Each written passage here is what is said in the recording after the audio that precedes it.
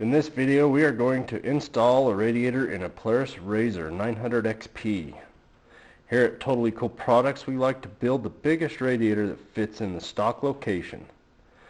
Let's look at the differences before we start. Let's point out the features of the stock radiator.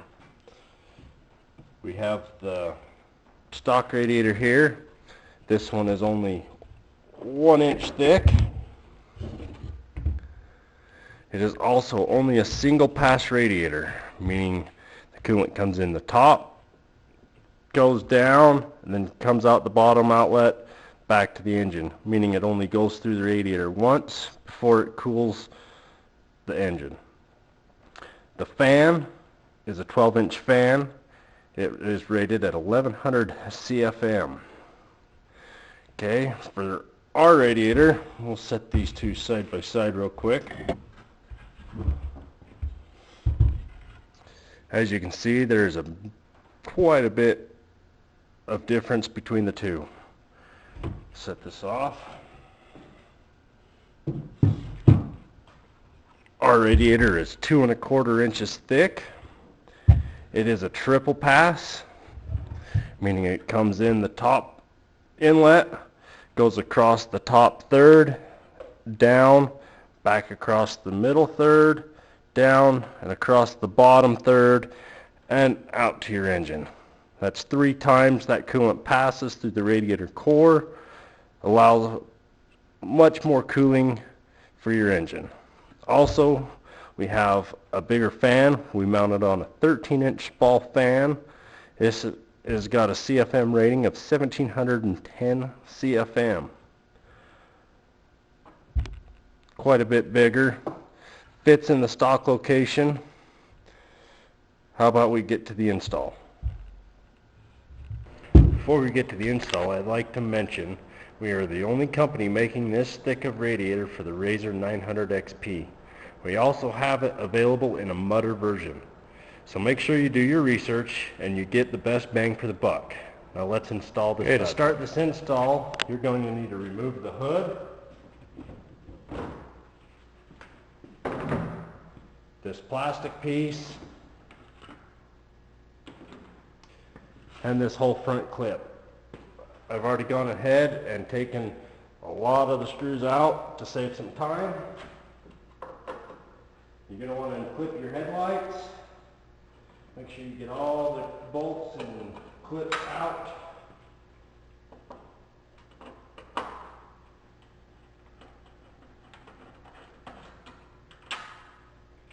Once you get them all out, remove this front clip. Next, you can drain your antifreeze by pulling the bottom hose. I've already done all of that. Another bolt you need to loosen up but do not have to remove is a bolt that's up here by the shock tower. It's a little dark right here, but it's a bolt that's holding this front bumper and clip mount. Just loosen them up, remove the 2 bottom bolts that are on the bottom of this bar, so that way you can just simply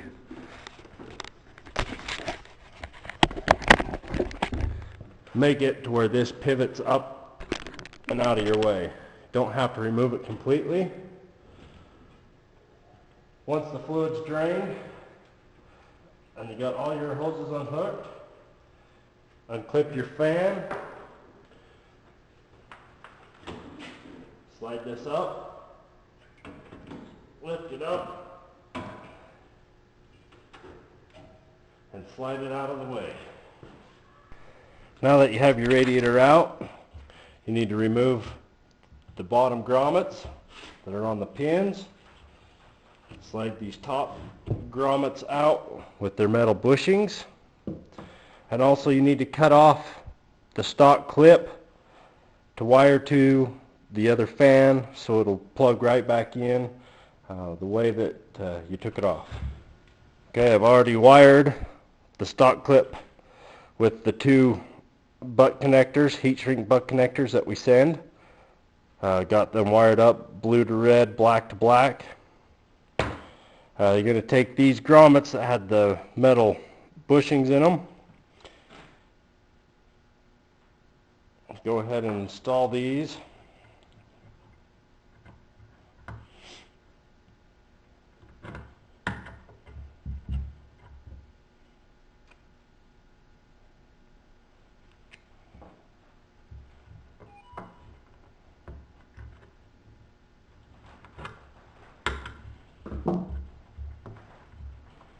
Once them are put in, these go in from front to back, so that way when you're looking at them, they're on the front side. Now for these, what I like to do is get a little bit of grease, dielectric, even a little dish soap, put a little bit in there, set these in on the frame, and then we'll set the radiator down in on them. The pins are a little bit bigger, it makes for a tighter fit so there isn't much wiggle, and that way they'll slide right in and be good to go.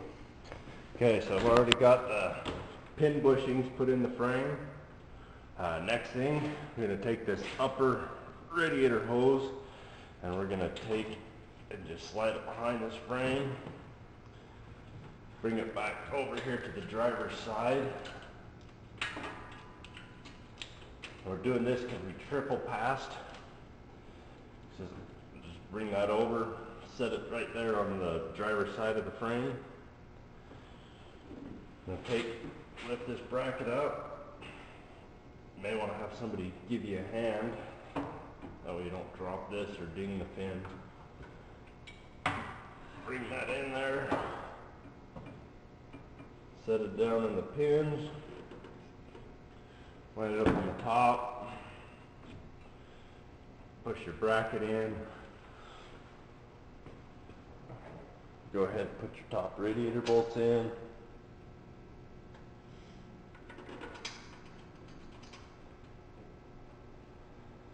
you can go ahead and hook up your outlet and inlet hose.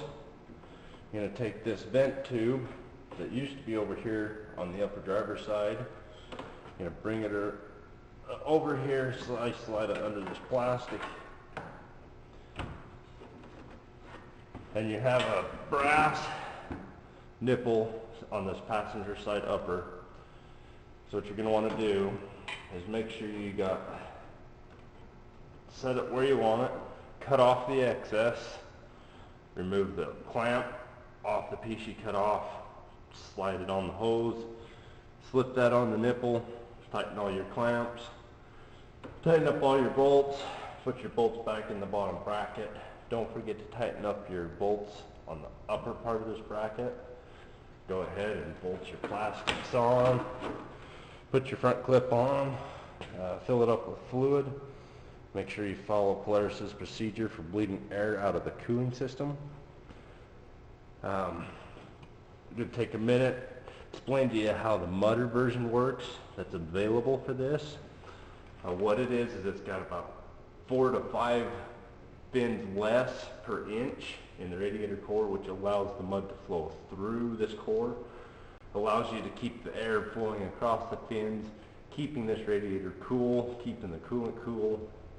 That way you can play in the mud and enjoy your weekend. Also, check out our other products at tcpperformance.com. Thanks.